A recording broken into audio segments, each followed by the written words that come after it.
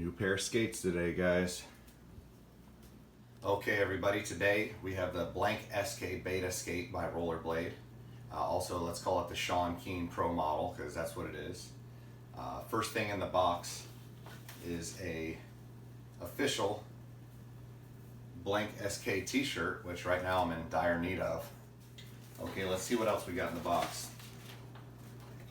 I ordered these skates from Roller Warehouse, and they have included a cool Sean Keane Roller Warehouse poster. I think this is like limited edition for the first pre-order, and it's on some pretty thick cardstock. Mine got a little banged up, but not a big deal. We have the classic warning on how to wear pads and all the risks involved with inline skating. Roller Warehouse always has a slip like this. Pretty much every order I've placed since 2000. Alright, we got our invoice. Free wax, free t-shirt, Rollerblade blank Sean Keane Pro skates. Alright, we have looks like some kind of insert here. We have a 50/50 ad, and then we have Chroma Wheels ad. Here's our free t-shirt that Roller Warehouse included. Pretty nice. I don't have anything in this color. Now, let's check out the blank. Look at that. First impression, feels like the tongue is memory foam. Actually, a lot of the upper part of the liner is memory foam. The skate was based on the Rollerblade Solo boot, which was also based on the original Rollerblade Dirk or Swindler or Daytona or CI5, whatever you want to call it. It has the new modern sole plate, and they filled in all the holes, the air ventilation holes that were put on the Solo to reduce weight and improve ventilation. I love the Velcro 90-degree power strap. I really wasn't a fan of the plastic 45-degree strap that was on the old Solo skate. I used to actually just completely take it off and just lace them up tight. So I love this Velcro strap. This is a new Rollerblade buckle, and also I think it's just the cuff looks almost completely new. Might be the Solo one heavily reworked. Let's go ahead and see how they fit. Guys, it's all about the details. Check this out. Look at this cool little tag here. It's advertising the footbed sizer that you can take out to go from a 10 to a 10.5 pretty much. You got your little warning tag, and something that I haven't ever seen on any skate is this little receiver here for the 45-degree strap is made out of like aluminum. So still just taking them apart and getting ready to try them on, but I just had to note that cool aluminum buckle there. Okay, so again, I haven't even actually tried them on yet, but let's talk about weight. The original Solo skate was so heavy that I had to keep the negative. They had an individual negative plate. I kept the negative plate off, and I kept the 45-degree strap off, and used really lightweight frames just to try to take some of the weight off. I don't know what they've done, but this skate is lighter. Now, I thought they were going to be kind of heavy because of the shock eraser system, and I'll explain that a little bit more in a moment when I take the liners out and stuff. But basically, from the halfway point of your foot forwards, there's like, I think 7 millimeters of plastic thickness for the entire like footbed area. So then your foot can sit completely flat, and then the shock eraser is down here embedded into the boot. But anyway, I weighed them up. This is the size 10, 10.5, and it weighs 3.5 pounds for a single boot only skate. Now we'll compare that with my size 10 Razor's Cult Graphite, and this is one of the lightest lightest hard boots on the market. This weighs 3 pounds per skate. So it's only a ½ pound different on each skate, 1 pound overall that you're going to be toting around. So I've trained with ankle weights in the past, and if you have a ½ pound on each ankle, it's really not going to make that big of a difference. And the shock absorption benefits are going to be crucial, and also because that thick base, you're going to get way better power transfer on the Rollerblade blank SK Beta skate. Okay, I still haven't put my foot inside of the skate, but I just wanted to talk to you guys a little bit about the fitment of a skate like this. Now, if you come from a skate that has really flexible ankle support, this skate is going to be very hard for you to skate at first. You're probably going to want to tinker with it a little bit, and I would say try it with the laces first, but if that doesn't work for you, I would take the liner laces out. Obviously leave the boot shell laces in, but you have a laceable liner, and I would take those out, and that'll loosen up the flexibility for a lot of people. Also on the liner, you have this elastic strap here that keeps the tongue in place, and if you're having trouble with fitment too, and it's to the point where you feel like you can't even skate the skates, that they don't fit right, I've had luck sometimes deleting that little elastic strap. Okay, big relief. I'm sitting here with my feet in the skates. They're completely undone, but I'm just flexing my toes around, and the skates fit perfectly. Now, a lot of people really don't know their real size, their real foot size. They're going off of something that their father told them, or their mother, or a shoe store employee back when you're 15 or 13 or 12. To truly accurately measure your feet, you're going to need to step on a piece of paper. You're going to need to have your heel up against a surface like a wall, and you're going to need to trace around each foot and measure the length of your foot. And that will give you an accurate measurement. And what's weird is a lot of times both feet aren't going to be the same size. One of my feet measures about 10.2 inches. The other one measures about 10.5 inches. So I'm like a true 10.5, but most of the times I wear a 10, and there will be enough room in the skate for my slightly longer foot to fit. When I ordered the original Rollerblade Solo Tribes in January 2009, I think it was, they didn't fit correctly with the stock liners, and that was a really big blow to me. It really pissed me off, because I think the liner was called something like True Fit, or there was something about how accurate they fit, and I knew exactly what size I wore because I had experimented in the speed skating world, and those didn't fit, but these, they fit great. I've got plenty of toe room, and I think in my longer foot it's a little snug around the toe, but I don't actually have them completely laced down and strapped down, because that pulls your foot back in the liner and gives you more toe room.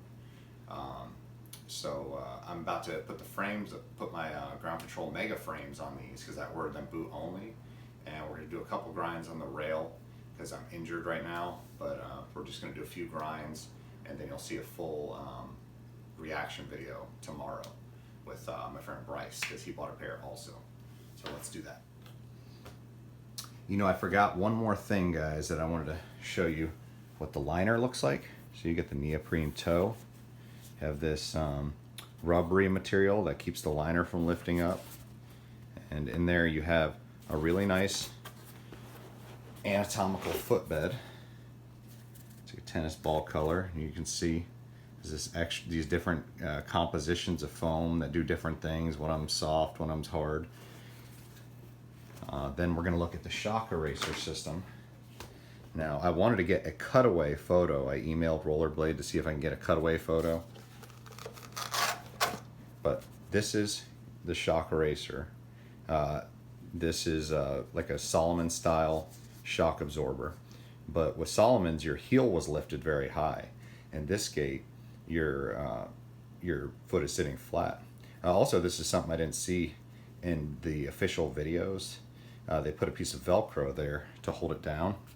It used to kind of flop around in the original Rollerblade Solo. So now there's a piece of Velcro. Okay, so here we go. So if you can see down here where my thumb is, look how thick that plastic is. The footbed, or the bottom of the boot shell, from here up all the way to the front is that thick. So that way the shock absorber can be recessed. If I cut this boot in half, you'd be able to see that the plastic at the bottom of the boot shell was very thick to right here, and then it was like a normal thinness from here back. So the shock eraser could be embedded down inside of the boot. So that's how that works.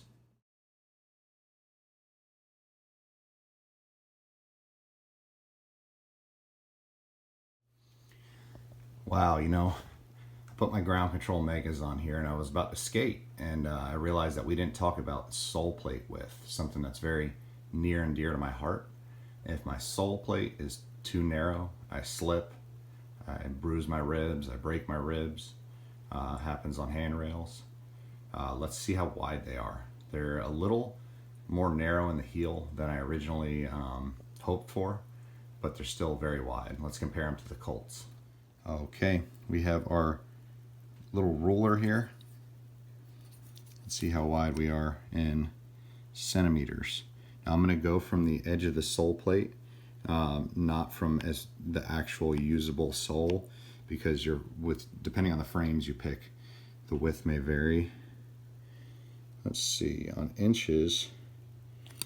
Well, here let's do centimeters first. Okay, looks like in the front it's a smidge over 4 centimeters. Looks like 4 centimeters and 2 millimeters. On the widest area of the rear heel area of the sole, looks like we're around 3.7 centimeters. As far as inches, for the Americans that don't do the metric system, looks like we are just shy of 2 inches. Looks like 1.75 inches. And in the rear, at the wide part, looks like we are right at 1.5 inches. So also for the finger width guys here, we got 2 fingers, got almost 3 fingers on the front. Let's compare that to the Colt. Okay, here's the Colt Graphites. Now I have skated them for an entire year, but I don't really do concrete ledges that much, so I don't tend to round my sole plates off. So these are going to be very close to the original width. Again, let's start out with our centimeters. At our widest part of the Colt Graphite sole plate, looks like we're going to be around 3.5 centimeters, so quite a bit more narrow. And on our heel plate here, we're going to be right at right under 3 centimeters, or right at 3 centimeters, depending on where you hold the ruler. And for the fingers, again, I don't know, that's a pretty inaccurate measurement, but let's say 2 and 2.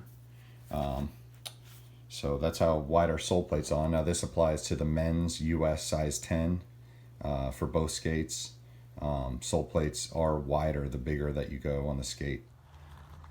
Okay, first impression rolling around. They actually feel a little roomy from top to bottom. I might end up putting in that size adjusting footbed just to tighten them up a little bit in that way. Everybody's feet are different, and even though you need to order a pair of skates for the right size that's the length of your foot, sometimes it might be too narrow, sometimes it might be too wide, and a lot of people don't ever think about the measurement from the top to the bottom. And right now these are feeling a little roomy from top to bottom, at least compared to the Colts that I've been skating for an entire year. But I'm about to jump on the rail, see what I can do first try, and maybe next time I skate them I'll test out those size adjusting footbeds. But I'm really glad that they're included in the box, so I don't have to worry about buying anything else. It's pretty cool. Also, you guys will see on the video tomorrow but it looks like there's some kind of running change with the wheel color. If you bought a pair that was complete, which most people did, I don't think hardly anybody probably got boot only like I did.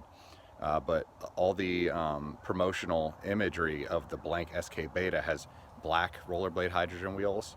When Bryce received his pair from Roller Warehouse today, he had all white wheels. They were still Rollerblade hydrogens, but they were all white. So I'll drop a picture of that he sent me here on this video.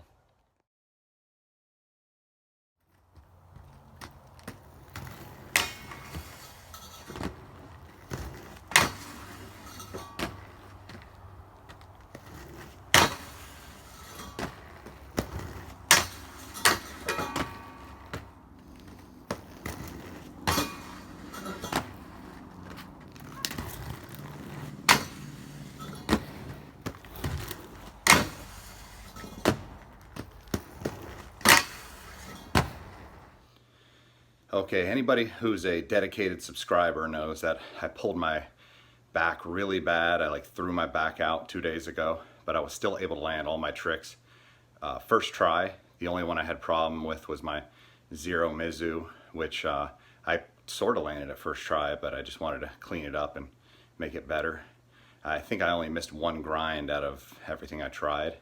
I already have really good consistency, but with these I can tell I'll have even better consistency than I did with the Razor's Colt Graphite. First impression right out of the box, 9.5 out of 10. That opinion may change after my first skate at a skate park tomorrow, but I'll keep you guys posted and we'll have a video tomorrow. Anyway, get you a pair. They are $279 boot only at Roller Warehouse, and I think they were like $350 or $360 for the complete skate. I can't necessarily recommend the blank frame because I've had that before, but I can definitely recommend the blank SK Beta boot, and the hydrogen wheels that the skate comes with are amazing. So you can use your old frames, use the new boot, the new wheels. Anyway, that's it for today. You guys have a good one.